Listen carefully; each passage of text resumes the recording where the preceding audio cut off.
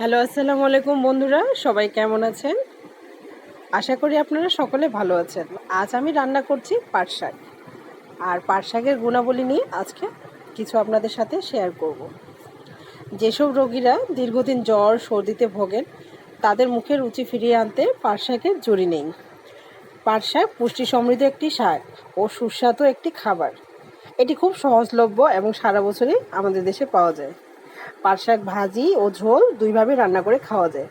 যাদের মুখের সমস্যা তাদের জন্য পাট শাক খুবই জরুরি। মুখের ঘাজনিত সমস্যায় পাট শাক বিশেষ ভূমিকা পালন করে থাকে, কারণ এতে রয়েছে ভিটামিন সি।